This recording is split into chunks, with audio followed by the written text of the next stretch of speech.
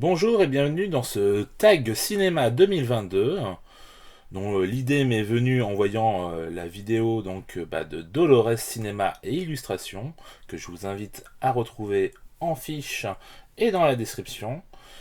Sur ce, on peut débuter.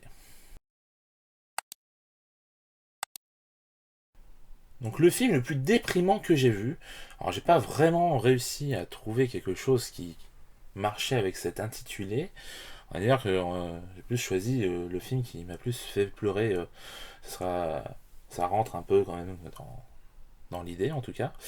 Du coup, c'est Le rire de ma mère de Pascal Ralit et Colombe Savignac. Un film que j'ai vu donc en 2018 avec notamment donc Suzanne Clément, qui est génial comme d'habitude. Donc c'est un film effectivement qui raconte la maladie, un cancer qu'a la mère donc d'un jeune garçon, à travers les yeux du jeune garçon. Pour le coup, lui au départ, il ne sait rien, on lui dit rien, et forcément, il va très mal le vivre. Il va en plus justement découvrir les choses par lui-même, étant donné que il est le meilleur ami du fils de l'oncologue de sa mère, hein. Donc quoi, ça, on pouvait pas l'inventer. Et donc forcément, ça va amener différentes situations qui sont plutôt tristes, hein, notamment lui par rapport aussi à son parcours de vie, on voit que ça va le déranger. Donc voilà, bon, enfin bref, c'est un très joli film que je vous invite à découvrir. Le film le plus dérangeant que tu aies vu. Là, j'ai hésité, hein, parce que il est vrai que The Neon Demon était vraiment pas loin de remporter la palme, mais bon, il a quand même quelques qualités qui font que je ne peux nier que esthétiquement il y a quand même des choses qui sont bonnes à prendre dans le film et que donc il n'est pas totalement à jeter, même si moi je peux juste pas le voir. Mais j'ai préféré choisir un qui souvent cité malheureusement, mais pas pour rien, c'est Martyr de Pascal Logier. Pour le coup, c'est un film que j'apprécie, mais que je ne pense pas pouvoir revoir tellement le film m'a choqué lors de mon premier visionnage. Même si, forcément, comme je vous l'ai dit, c'est un bon film, donc il gagne à être revu, hein. Mais je sais pas si j'aurais le courage un de ces jours de me le replonger là-dedans, tellement ce film m'a justement dérangé. Un acteur, une actrice que tu as vu dans plus de 8 films. Bon, alors ça, c'était facile. Je me suis décidé du coup pour Penelope Cruz, dont j'ai vu quasiment une vingtaine de films avec elle. Donc bon, voilà, c'était facile. Alors pourquoi elle, me direz-vous? Parce que c'est une actrice que j'aime beaucoup, dont j'aime bien les films. Et je pense qu'elle a encore une grande carrière devant elle. Donc si vous avez l'occasion, voyez des films avec elle. Elle le mérite, hein. Un film que tu pourrais regarder en boucle jusqu'à la fin de tes jours. Bon, là, pareil, hein, ça n'a pas été trop dur. Moi, je pense que ce serait Cyrano de Bergerac de Jean-Paul Rapneau, donc avec Gérard Depardieu. C'est une de mes œuvres déjà littéraires préférées, et clairement, le film, c'est génial. Donc, je l'ai vu en plus sur grand écran pendant le FEMA, en présence du réalisateur et du scénariste du film. Autant dire que là, hein, c'était au must. Donc non, voilà, si vraiment il y a un film qu'il fallait que je me remette en boucle et en boucle et en boucle, ce serait celui-ci. Le tout premier film que tu te rappelles avoir vu. Alors, ça c'est plus difficile, mais forcément je me suis dit que c'était un Disney et que a priori, connaissant ma mère, ça serait plutôt Le Roi Lion en premier, donc je vais dire donc Le Roi Lion, hein. Voilà, donc de Rob Minkoff et Roger Allais. Très bon film d'animation, hein, comme beaucoup de Disney évidemment. Même si c'est pas forcément mon préféré, c'est un de mes préférés, et pour le coup, voilà, hein, un très bon film. Histoire qui s'inspire notamment donc de Hamlet, et autrement également du Roi Léo, hein, comme beaucoup le savent. Voilà, bon, pour autant, ça n'en fait pas un mauvais film, bien au contraire. Et je vous invite à le découvrir ou à le faire découvrir à vos enfants, parce que c'est merveilleux. Un film que tu aurais aimé ne jamais avoir vu. Et là, J'ai réfléchi pendant un petit moment jusqu'à me dire, mais en fait non, il y a une évidence. Un film qui m'a juste fait perdre mon temps, rien de plus. Il s'agit donc de La mort de Louis XIV de Albert Serra, que j'ai vu lors de l'Arte Kino Festival. Et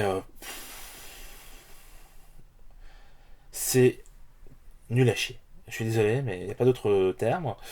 On a donc Louis XIV sur son lit de mort pendant toute la durée du film, qui du coup souffre, voilà, qui voit passer les gens de sa cour, des médecins, des gens de sa cour, et puis il meurt. Voilà, et c'est tout. Donc voilà, si vous avez vraiment du temps à perdre, voyez-le. Moi, je ne le referai pas en tout cas. Un film dont tu aimerais voir une suite. Eh ben, j'ai tout de suite pensé à Lou Journal Infime, sorti en 2014 malheureusement, donc forcément si suite il y a, bah, ça ne sera pas avec le même casting et donc bah, je serais extrêmement déçu parce que le casting était génial par rapport à cette adaptation donc, de bande dessinée, réalisée donc, il me semble, par son créateur justement, donc autant dire que bah, tout l'univers est là, hein. Et c'est vraiment dommage justement qu'on ait eu juste un seul film. Pourtant j'ai l'impression qu'il a plutôt bien marché, mais bon apparemment ça n'a pas suffi pour avoir une suite. Un livre que tu aimerais voir adapté en film. Et ben là forcément je me suis tout de suite dit Boris Vian. Et donc lequel, ben, L'Arrache-Cœur. Vu que bah, lui ça n'a pas encore été fait et que c'est un de mes préférés. Donc si vous n'avez pas lu un seul roman de Boris Vian, mais allez-y, foncez, il n'y a que des merveilles. Et bah, là, Rushker est un des meilleurs, donc alors pas forcément un des plus faciles d'accès. Et c'est justement pour ça que j'aimerais que ce soit lui qui soit adapté aussi au cinéma, parce qu'il mélange plein d'univers un peu bizarroïdes, qui du coup permettrait justement à un excellent réalisateur de faire des choses visuelles très intéressantes, et à un mauvais réalisateur de faire un mauvais film. Donc choisissez bien le réalisateur si vous l'adaptez, hein, parce que sinon ce sera pas bien. Voilà, le film le plus beau esthétiquement.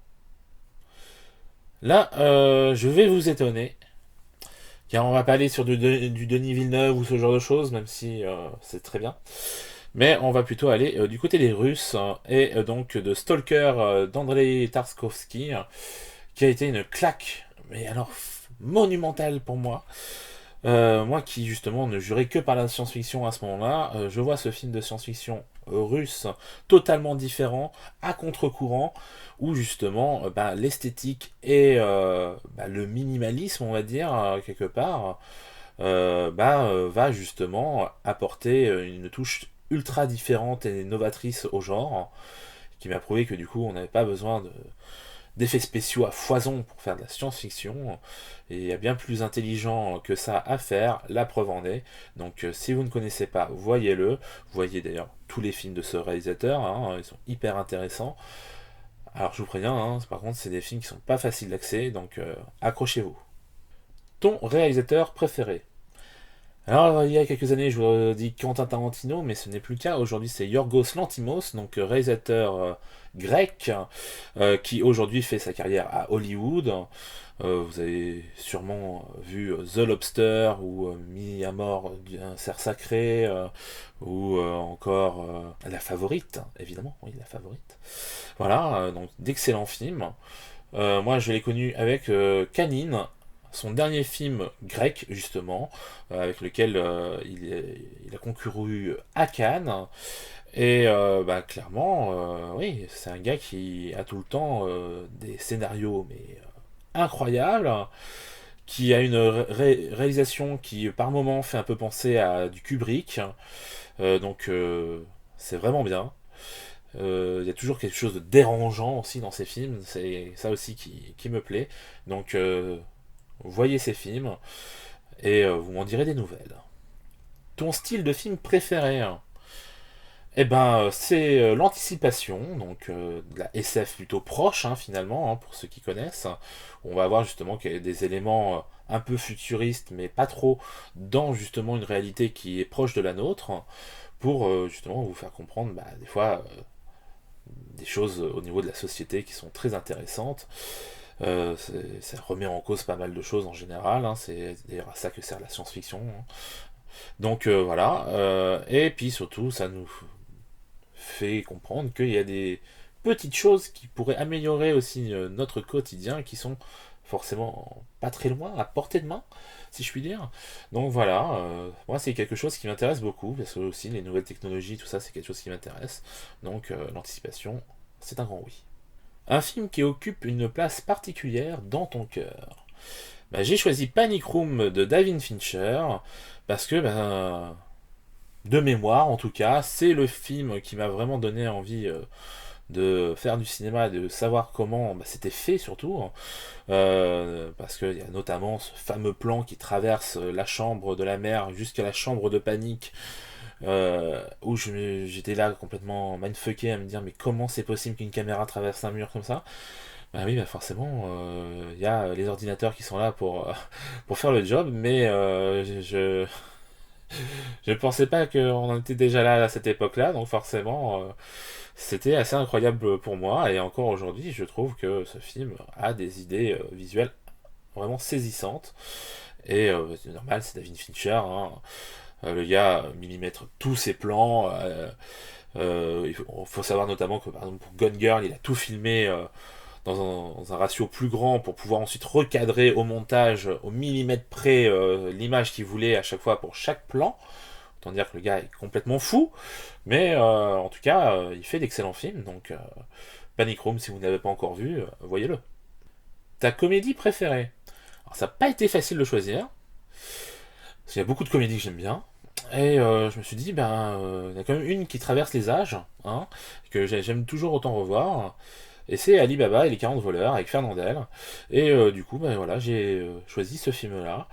Donc un film que j'ai vu très jeune et que je continue à voir et revoir étant donné que je l'ai en DVD, voilà.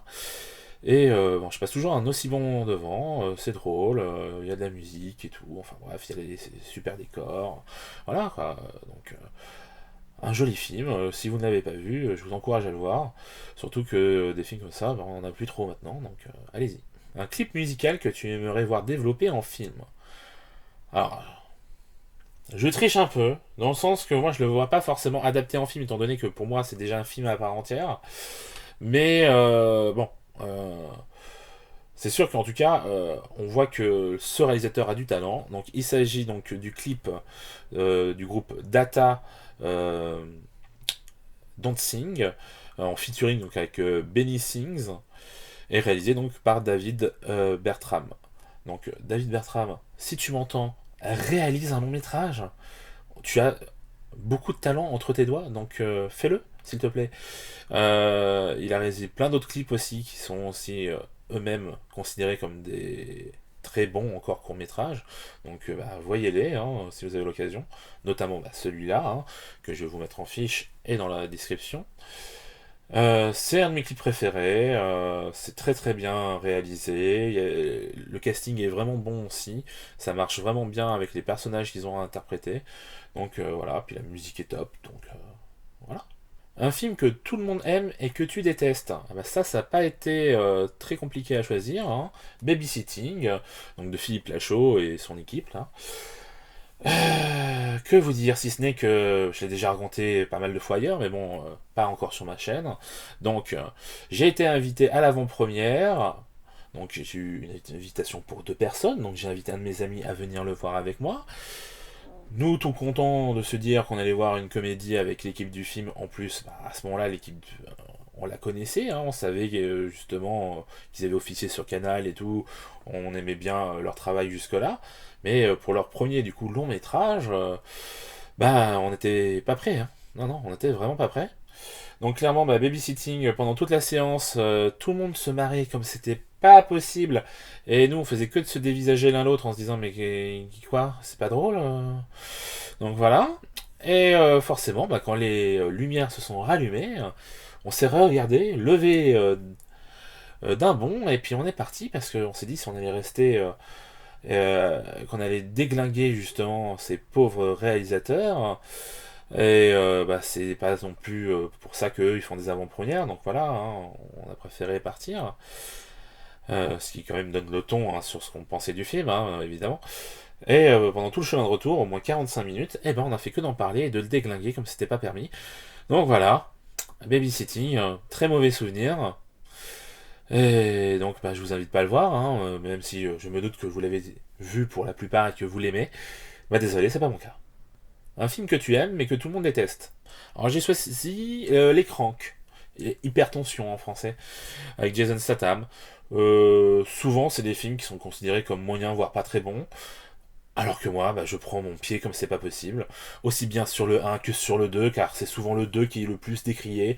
Arrêtez, c'est un seul et même film découpé en deux, hein, c'est comme Kill Bill, donc stop les gens, hein, Crank, c'est une œuvre à part entière qui est géniale.